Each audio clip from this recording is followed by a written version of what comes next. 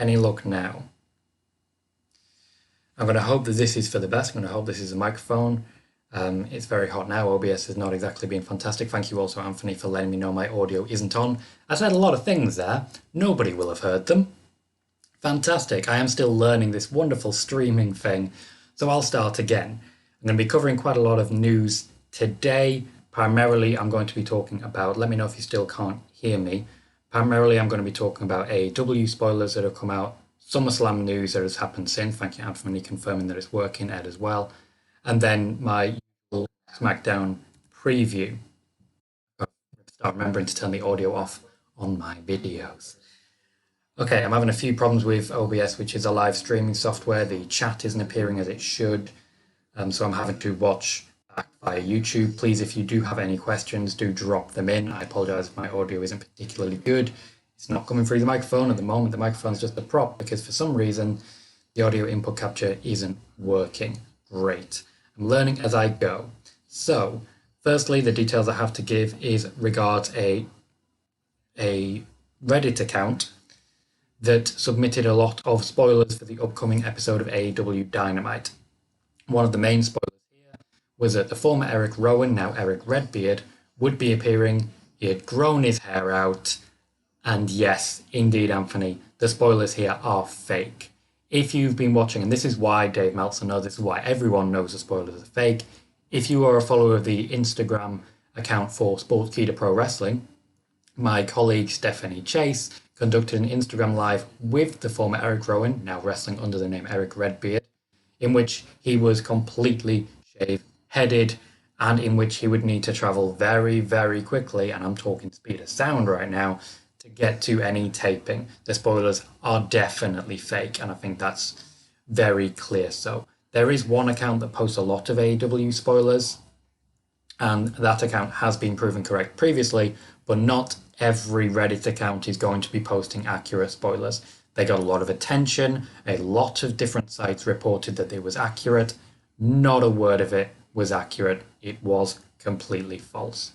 We will see for next week's AEW Dynamite if anything was correctly guessed, but it would have been guessed. My next point I wanted to cover was, of course, a lot of news about SummerSlam. Now, I want to make sure everyone has as much news as possible here. I'll get to your question in just a moment there, Anthony. So as regards SummerSlam, literally as we speak, the WWE are arriving at the Amway Center in Orlando to set up what will be their future base of operations long-term for all live programming. The WWE wanted a different site for SummerSlam, but this was the best they were able to achieve. They wanted something beachy. They have not succeeded in doing that. Amway is still technically closed to all companies, meaning that the WWE have free reign for a prolonged period of time, at least until the end of the year.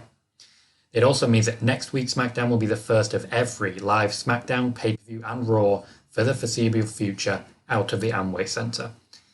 This means that the Performance Center will return to being the Performance Center, trainees will return to being trainees, and you'll see a lot less of them in, for example, Raw Underground. It also means there'll be a lot less availability to use, for example, NXT talent because they'll be off-site. It also means that the WWE can start permitting fans back into attendance using an in-depth check and screen process and limited capacity. That is not going to be the case immediately. The plan is to have a screen of fans. Fans will be able to submit an application of their ability to watch. And yes, people will get the chance. Dominic, there's no music because this is live. This is not a recorded video. This is live. So there is no music at the moment. And I'm not particularly talented enough in the live streaming software, as you can likely tell, because my audio wasn't on for the first minute and a half. So if I eventually am able to make music, you'll be the first to know. The state of Florida was apparently determined to continue working with the WWE and keep them from feeling that they needed to leave the state. This includes Governor Ron DeSantis, who was bent over backwards in order to make this happen. He did not want the WWE to leave Florida. The move to live programming is also a move to stop spoilers getting out, such as the spoilers about Retribution and the Jeff Hardy-Sheamus angle. The WWE believe that a number of these spoilers are literal problems and gateways that prevent them from delivering the best show that they can. It's certainly a question mark as to how you guys feel about that. I would ask questions about it. However, the fact is, spoilers did get out. Right. Okay. I'm going to go through a couple of questions before moving on to the SmackDown preview. If you have questions about SummerSlam, please ask away. There's a lot of information I don't necessarily have, but what I do know, I'll be able to tell you. One of the key things being that the wrestlers, even right now, have not been told that they will be moving to the Amway Center. They have not been told. There is still a SmackDown recording that has been recorded for tonight. There is still expected to be a Raw recording outside of the Amway Center, but that could change in the near future. Anthony has asked, where do you think Tessa lands? I have been the one essentially reporting that there is interest from the WWE to bring in Tessa Blanchard. She's in conversation with Vince McMahon and Triple H, or at least conversations have taken place. She's also in conversation with a number of other federations. It is not necessarily going to be either AEW or WWE. However, I do think at the moment the WWE are the front runners. A lot of people, particularly wrestlers in WWE, want to see Tessa Blanchard make the move full time. Yes, Val, they were fake spoilers. More details as previous. I know you will be aware of that. But for anyone who doesn't know, the AEW spoilers posted on Reddit were fake. The biggest indicator of that being Eric Rowan, formerly Eric Rowan, now Eric Redbeard, who conducted an Instagram live with my colleague Stephanie Chase over on the Sportskeeda Pro Wrestling Instagram, where he had his head shaved. Definitely not accurate. Manny Santos has asked, will SummerSlam be live? And will there be pyro and stuff like that? SummerSlam is expected to be full live. Every second is expected to be live. There is not, at the moment, any expectation of a cinematic match. The WWE, by and large, particularly upper-level management, believe that the audience is growing tired of cinematic matches. It is a bit of a shame that it happened when the Swamp Fight happened, but the Swamp Fight and the Firefly Funhouse have not been that popular amongst WWE management. There is a strong possibility of pyro. It depends how much and how the live crowd that they are going to use are. If there isn't much hype from the live crowd, there won't be that much need for pyro. Foul Original, who has platformed me in the past, please do check out his channel, asks, are there other promotions looking to find a base of operations like the WWE? At the moment, no. AEW and Impact already have a full working base of operations. AEW has already begun to bring fans in. Their intention is to bring in those fans slowly and surely at the site they have, and when they can have more fans, then they would look at venues again. However, the WWE's intention is to get the venue, then get the fans. And slowly but surely, you'll see social distance fans, and it'll start at, for example, a 10th audience, and then become a quarter, and then a half audience, and before you know it, you've got a full crowd again. That's the intention at the moment. How long this may take is a question, but it does certainly raise the question again that we may see Brock Lesnar sooner rather than later.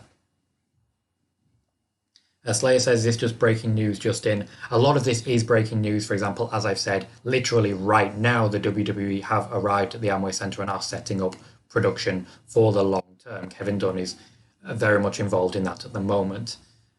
So there is quite a bit of breaking news. I will be doing my usual SmackDown preview, and that will contain some news as well. Anthony says, Dave said Thunder Rosa may indeed have debuted. As I mentioned as regards to spoilers, there is a strong possibility that the spoilers have been guessed. So some of them may have been accurately guessed. However, I would definitely have question marks as to whether most of them are accurate, because some of them we can prove inaccurate immediately.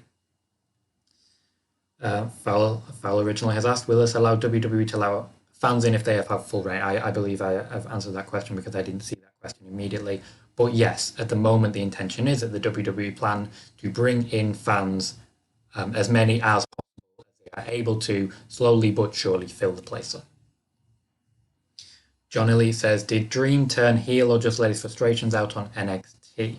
It is not an official heel turn. The Velveteen Dream has always been a character that sort of skates a line between face and heel, and he has been getting more aggressive recently. There was no heel turn to my knowledge in that regard. Anthony has asked, do you think Retribution will ruin SummerSlam needing to pay back? I reported this on Monday on the Sportskeeda live shows that I do at this time. The idea that Retribution might have caused the WWE to move to Amway Center in kayfabe, because essentially they can't keep producing content Performance Center when the Performance Center has all the electrics shut down. So I don't think that Retribution will ruin SummerSlam leading to Payback. Payback, to my knowledge, is being treated as an overflow pay-per-view, whereby you'll have SummerSlam, and then for matches that don't make it, you'll have them at Payback with a couple of rematches as well to keep things interesting and to keep drawing potential. Certainly, I believe we can have absolute faith that Payback is coming because the Twitter account that is reporting about the Amway Center and has been doing so for the past few days also reported about Payback. Seems pretty reliable to me. Thank you everyone for your questions. If you have more questions, please do ask. If you are enjoying this content, please do click like on the video. That makes it spread further and faster, and that will help me to grow as an individual and develop my fan base and essentially get faster on to making a living, as it were.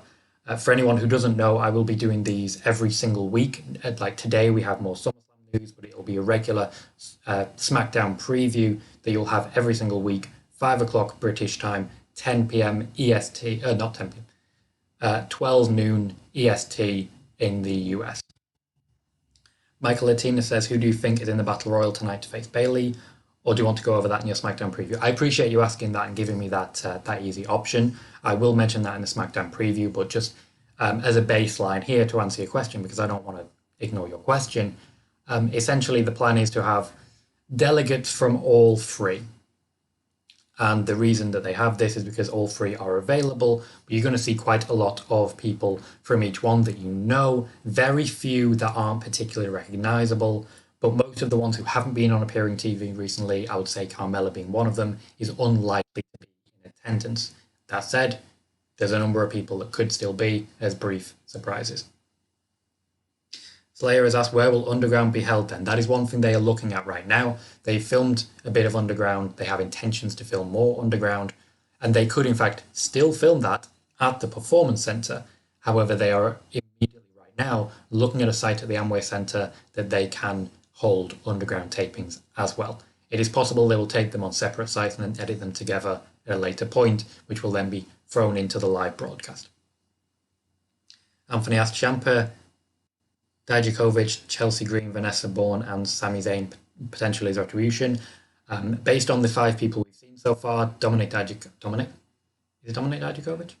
I'm getting confused with Dominic Mysterio. Dijakovic is definitely not one of them based on who we have seen so far. Vanessa Bourne, I have reported previously, is a front runner for me. I don't believe Sami Zayn is back at work yet. And especially now that we are moving to a live schedule, Tommaso Ciampa has no interest in leaving NXT, particularly working a schedule that will be on every single show. So I think we can rule him out. Retribution, to my knowledge, is not the payoff for the Hacker angle. They are still holding the Hacker angle in reserve in case they need it in future. I would be surprised if Tessa debuted and won.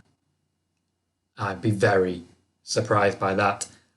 It would be an interesting swerve, certainly. I personally would love to see Rhea Ripley, Bianca Belair's another one, Shayna Baszler. There are a number of people that are in with a chance. I'd love to see Dakota Kai or Tegan Nox, for example. Right, the SmackDown preview. If you will forgive me this one, I just need to do a bit of setting up of my script here. It's not the biggest script, but it's a script nonetheless.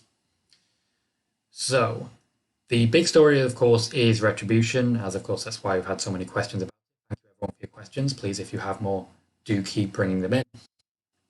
What I will say is that last week's SmackDown was much more impactful for Retribution than this week's Raw, or in fact last week's Raw. They have at least done something on SmackDown, whereas on this week's Raw, they threw something through a window that had already been broken on the previous pay-per-view. Certainly SmackDown being invaded last week didn't really have the impact it did for me. It felt very Nexus until they brought out a chainsaw. There will be more this week. We'll see more electrical power cuts, and they may play a bit more of a role, but to my knowledge and from what I expect, it won't be much of a role. It will be very much background at the moment. If you didn't see, I highly recommend going to Nikki Cross's Twitter account. She put on a promo video, essentially in character, in kayfabe, talking about the fact that she had pushed Alexa Bliss, and that essentially left Alexa Bliss behind to be exposed to The Fiend. That is, of course, something which The Fiend took advantage of. It's a very emotional promo. I highly recommend it.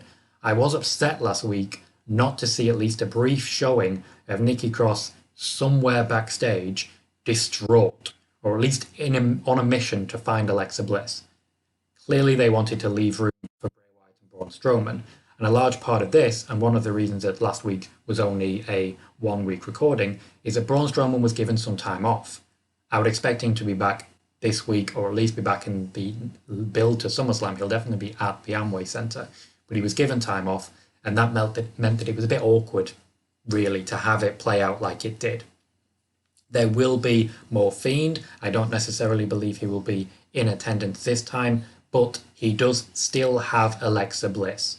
Alexa Bliss, as we can see, has been learning to appreciate the Fiend as a way of describing it. I certainly have question marks regards that, but it is what it is.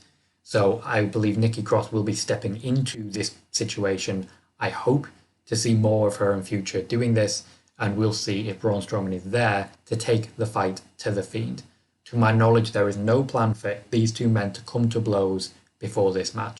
But I will say it's made the Universal Championship a lot more interesting. Also planned, as mentioned, there will be a tri-brand battle royal. That, for me, has made this particular SmackDown much more interesting. And I think they've been doing a good job with SmackDown over the last couple of weeks. I think we're going to see quite a lot of people that we expect, that being the Bianca Belairs or Rhea Ripley's. Naomi has been mentioned there, and that's someone I think could definitely win. Anthony has asked what if Ember Moon is a surprise in the Battle Royal and wins. Ember Moon is still injured, and it is believed that it could potentially be a career-ending injury. To my knowledge, she is looking for more punditry work at the moment to try and connect more in an analytical level. She was quite disappointed that Backstage was cancelled because she was getting a bit of a head of steam there, but she's been working with Up, Down, Down, and she's been working more on that regard. I don't think we'll see Ember Moon, but I would be very happy if we do see it. My expectation is that we're going to see a Naomi win. Naomi, for me, is the front runner, but I would love to see Rhea Ripley as an example as well. The Women's Tag Team Championships will not be defended at the pay-per-view. I don't think there's many tag teams, but they are building at the moment Liv Morgan and Ruby Riott to take that championship shot. Also, potentially Lana and Natalya. They could also be involved. Please do keep the questions coming in. I will do a question and answer session just after this preview.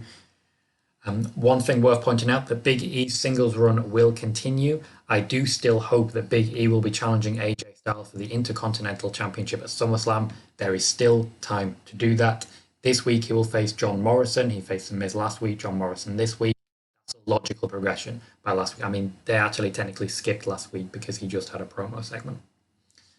We are expecting more, and I expect more from Big E in this regard, not from him personally, but that he might be booked a little bit better with more going on. So I do have expectations of more matches to come at a higher caliber potentially, even though Miz and Morrison are very high caliber opponents. I expect him to be moving towards that Intercontinental Championship shot sooner rather than later.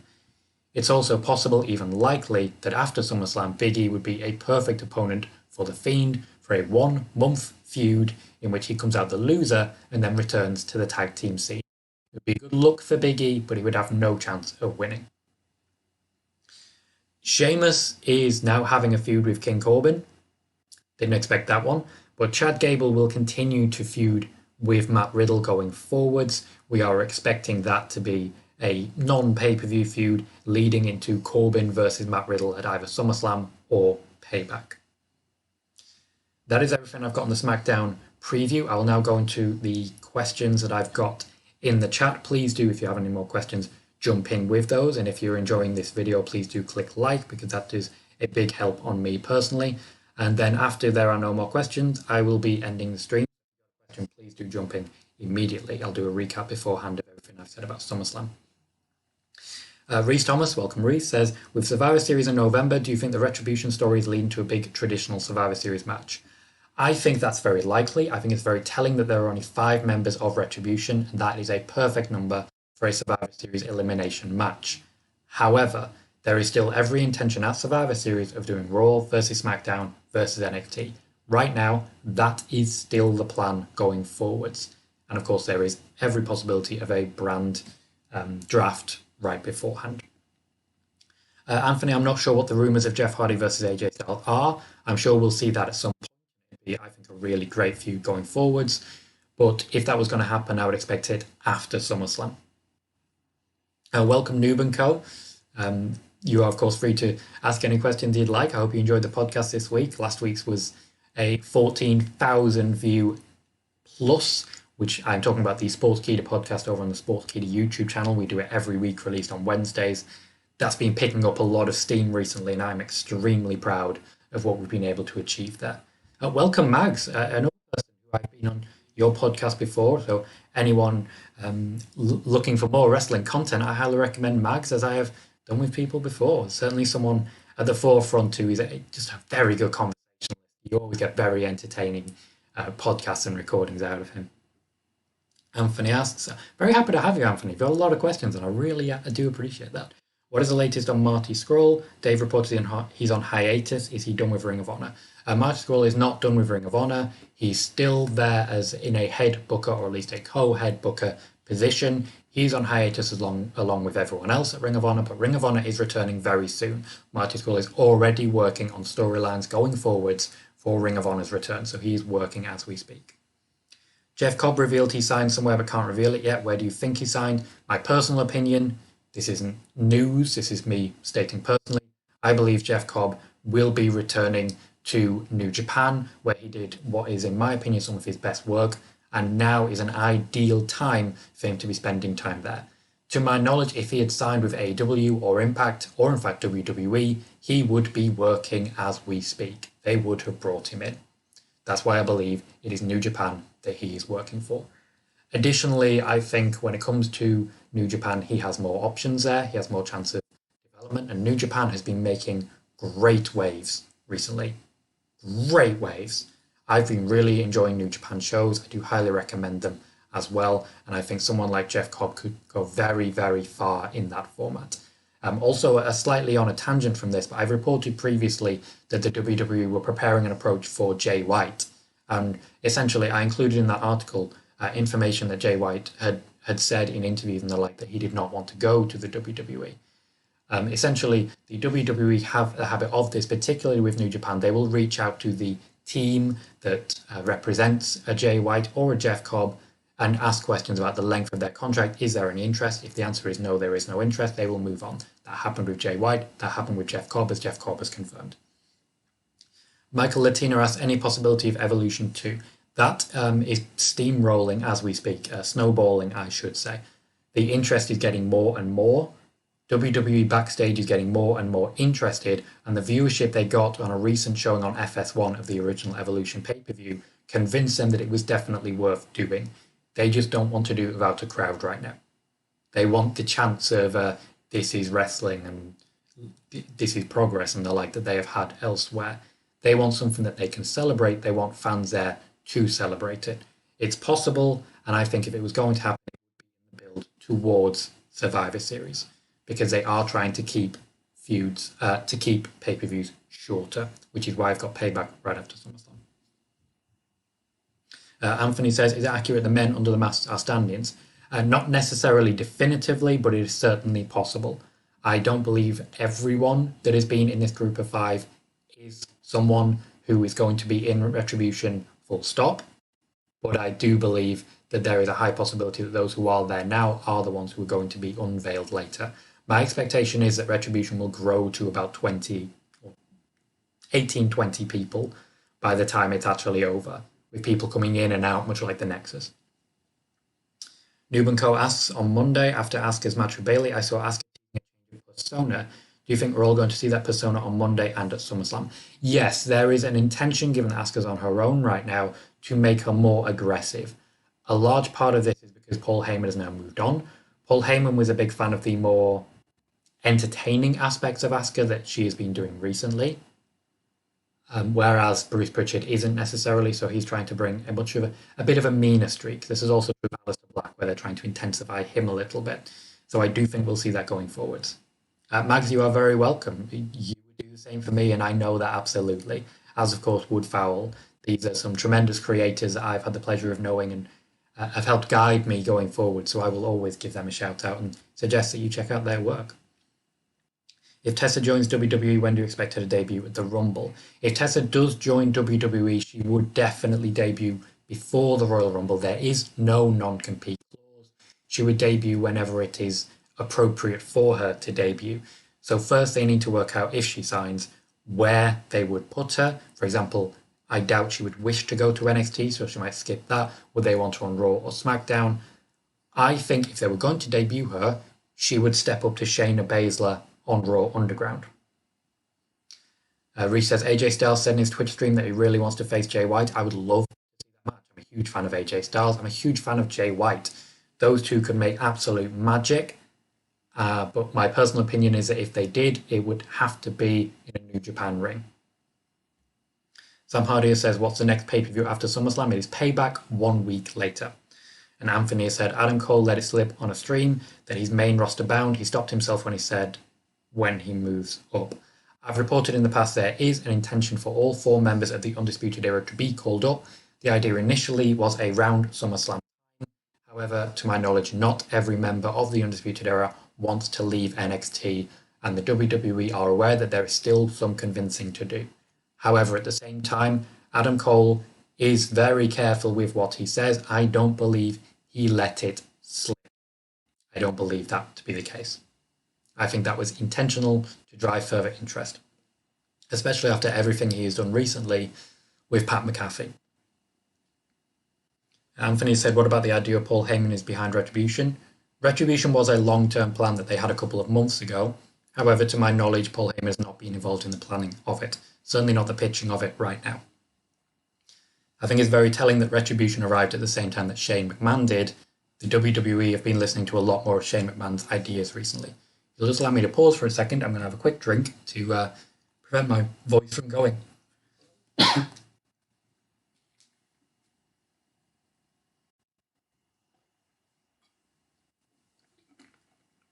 Ooh. It's not often I stream for a half hour. I should have saved myself a drink. I didn't realise it would be this long a stream. Thank you, everybody asking questions. Mags asks, what's your favourite War Games match? I'm researching them for a podcast. Early NWO, when it was NWO versus the Four Horsemen, that was really good for me. I think that's definitely one worth looking into. I do believe at that time it was only 8 men in it total, but I do believe it's very worth watching. Lately in NXT, probably the very first one, when we had the 3 teams. Roderick Strong was with AOP, and that for me was just very entertaining. I really enjoyed that. So that's the most recent one for me. Anthony says, CM Punk fits the leader of Retribution. CM Punk has no interest in wrestling again.